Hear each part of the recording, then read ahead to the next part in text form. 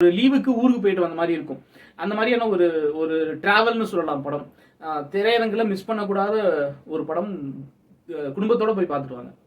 உங்களுக்கு உங்களுடைய ஆத்தாவை கண்டிப்பா ஞாபகப்படுத்தும். நிறைய இடத்துல கண்கலங்க வைக்கும். நிறைய இடத்துல அதையும் தாண்டி சிரிக்க வைக்கும்.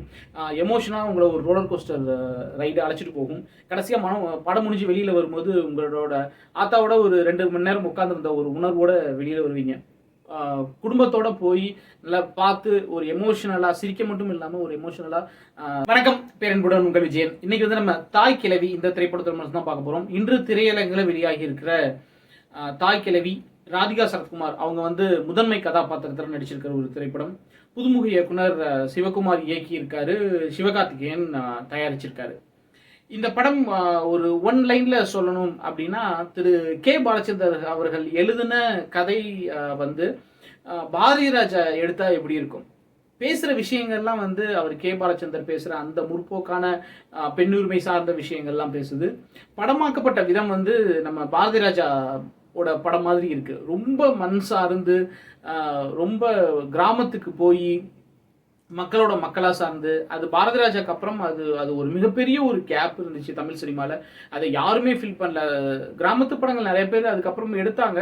பட் யாருமே அவர் அளவுக்கு ஒரு கிராமத்து மண் வாசனையோட யாருமே எடுக்கலை அப்படிங்கிறது என்னுடைய கருத்து. அந்த குறையை வந்து சிவகுமார் போக்கியிருக்காரு. ஃபர்ஸ்ட் படத்திலேயே வந்து சிக்ஸர் ஹேட்ரிக்ல இல்லை செஞ்சுரி அடிச்சிட்டாருன்னே சொல்லுவோம். ஒரே பால்ல சிக்ஸ் அடிச்சா அப்படி இருக்கும், செஞ்சுரி அடிச்சா அப்படி இருக்கும். அப்படி இருக்கு இந்த படம்.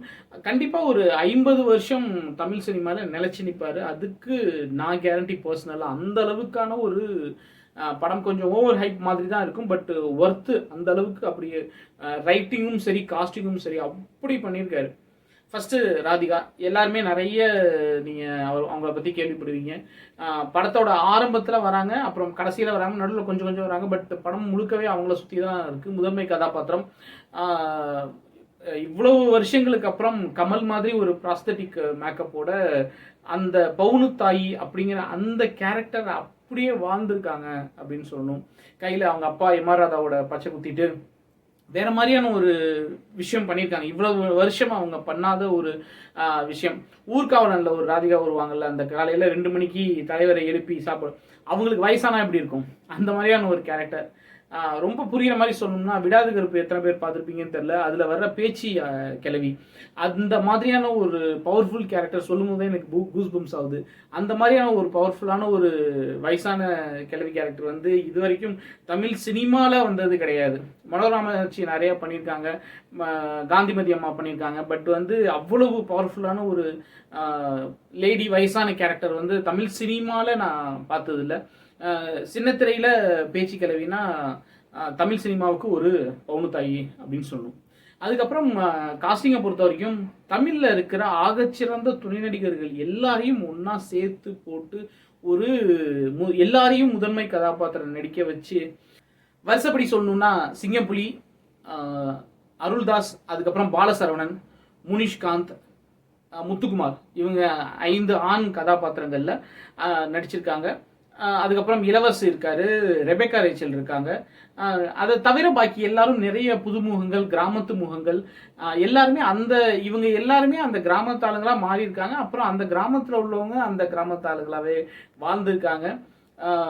அதுக்கப்புறம் கதாபாத்திரங்களுடைய பெயர்கள். ராதிகாவோட கதாபாத்திரம் வந்து பவுனுத்தாயி. அதுக்கப்புறம் பெனிக்விக்லாம் கதாபாத்திரங்கள் வருது. அது எதனால் அந்த பேர் அப்படின்னு தேனி மாவட்டத்தில் இருக்கிறவங்களுக்கு தெரியும். பெனிக்விக்கை பற்றி தெரிஞ்சவங்களுக்கு தெரியும். அந்த தேனியில் இன்னமும் நிறைய பேருக்கு பெனிக்விக்குங்கிற பேர் வச்சுருக்காங்க. ரேச்சலோட பேர் சுருளி, அதுக்கப்புறம் விஜயன், அந்த மாதிரி செல்வம் அப்படின்னு ரொம்பவே ஒரு ஊருக்கு போயிட்டு வந்த மாதிரி இருந்துச்சு. ஒரு பொங்கல் விழாவுக்கு அல்லது ஒரு பெரிய கல்யாண சாவன்னு சொல்லுவாங்களா, அந்த மாதிரி ஒரு விசேஷத்துக்கு ஊர்லலாம் வந்து கல்யாண சாவுங்கிறது விசேஷம் தான் சொல்லுவாங்க. அதுக்கு வந்து இங்கேருந்து நம்ம கிளம்பி ஊரில் போய் ஒரு 2 மணி நேரம் வாழ்ந்துட்டு வந்த மாதிரியான உணர்வு. அதை வந்து நிவாஸ் கே பிரசன்னாவும் வந்து பைசனுக்கு அப்புறம் அந்த ஊர் சார்ந்த ஒரு இசையில் வந்து மொத்தத்தில் ஒரு ஹோல்சமான ஒரு படம் அப்படின்னு சொல்லலாம். தமிழ் சினி திரையுலகத்துக்கு கடந்த 3 மாதங்களாக வந்து நல்ல காலம் அப்படின்னு சொல்லலாம். டிசம்பரில் சிறை வந்துச்சு, ஜனவரியில் தலைவர் தம்பி தலைமையில் வந்துச்சு, இப்போது பிப்ரவரியில் தாய் கிழவி வந்திருக்கு. ஸோ மூன்றுமே 3 முத்தான படங்கள், வெவ்வேறு ஜானரில், ரொம்ப குறைந்த முதலீட்டில் வெத்த லாபம் தரக்கூடிய படங்கள். பிஸ்னஸ் ரீதியாக பார்த்தா கண்டென்ட் அவ்வளவு நல்ல கண்டென்ட்டாக, போன வருஷமுமே டூரிஸ்ட் ஃபேமிலி அப்படின்னு நிறைய கண்டென்ட் படங்கள் வந்துச்சு. இந்த வருஷம் மிகச்சிறந்த ஆரம்பமாக இருக்குது. இது போக போக எப்படி இருக்குன்றது பார்ப்போம். ராதிகா இந்த மாதிரி நிறைய திரைப்படங்கள் பண்ணணும். சிவகுமார் இந்த மாதிரி நிறைய அடுத்து சேயோன் வருது. ஸோ அதுவும் நம்ம மண் சார்ந்த படமாக இருக்குது பார்க்குறதுக்கு. ஸோ அடுத்தடுத்து அவர் இன்னொரு 50 வருஷத்துக்கு இன்னொரு பாரதிராஜாவாக இருந்தாருன்னா தமிழ் சினிமாவுக்கு ஆரோக்கியமாக இருக்கும். மொத்தத்தில் இது மட்டும் பிடிச்சிருந்த லைக் பண்ணுங்க, ஷேர் பண்ணுங்க, கமெண்ட் பண்ணுங்க, நம்ம சேனல் சப்ஸ்கிரைப் பண்ணுங்க. அன்பே பகிர்வோம். நன்றி.